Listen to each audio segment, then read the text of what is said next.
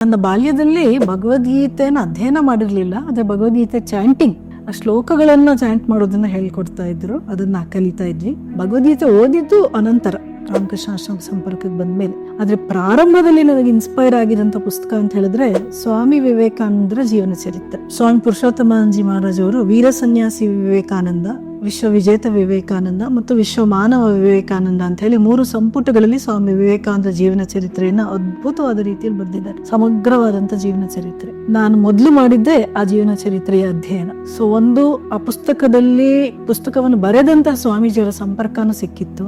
ಅವರ ವ್ಯಕ್ತಿತ್ವ ನಮ್ಮನ್ನ ಬಹಳಷ್ಟು ಆಕರ್ಷಿಸ್ತಾ ಇತ್ತು. ಒಬ್ಬ ಆದರ್ಶ ಸನ್ಯಾಸಿಯನ್ನ ಅಲ್ಲಿ ಕಂಡ್ವಿ.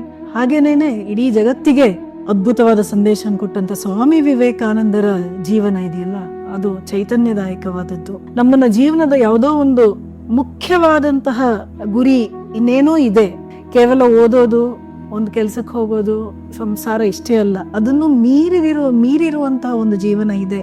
2 ರೀತಿಯಲ್ಲಿ ಸ್ವಾಮೀಜಿ ಅದನ್ನೇ ರಾಮಕೃಷ್ಣ ಆಶ್ರಮಕ್ಕೆ ಮೋಟೋ ಕೊಟ್ಟಿದ್ದಾರೆ. ಆತ್ಮನೋ ಮೋಕ್ಷಾರ್ಥಂ ಜಗದ್ಹಿತಾಯ ಚ. ಸೊ ಸಮಾಜಕ್ಕೂ ಏನಾದ್ರೂ ಮಾಡ್ಬೇಕು ಅನ್ನೋ ಹಂಬಲ ಸಹಜವಾಗಿ ವಿವೇಕಾನಂದ ಅಧ್ಯಯನದಿಂದ ತೀವ್ರ ಆಗ್ತಾ ಹೋಯ್ತು.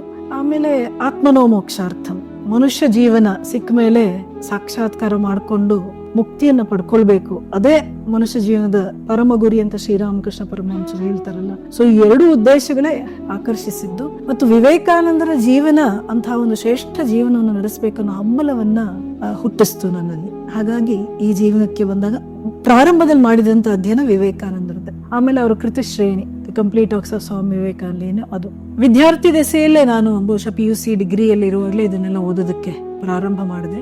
ನಾನು BCom ಮುಗಿಸಿ CA ಮಾಡ್ತಾ ಇದ್ದೆ. ನನ್ನ ಇಂಟರ್ನ್ಶಿಪ್ ಎಲ್ಲ ಮುಗ್ದಿತ್ತು, ಇನ್ನೊಂದು ಎಕ್ಸಾಮ್ ಬಾಕಿ ಇತ್ತು, ಅಷ್ಟರಲ್ಲಿ ಸಾಕು ಅಂತ ಅನ್ಸಿ ತ್ಯಾಗ ಜೀವನವನ್ನ ಕೈಕೊಂಡಿತಾ ಇತ್ತು.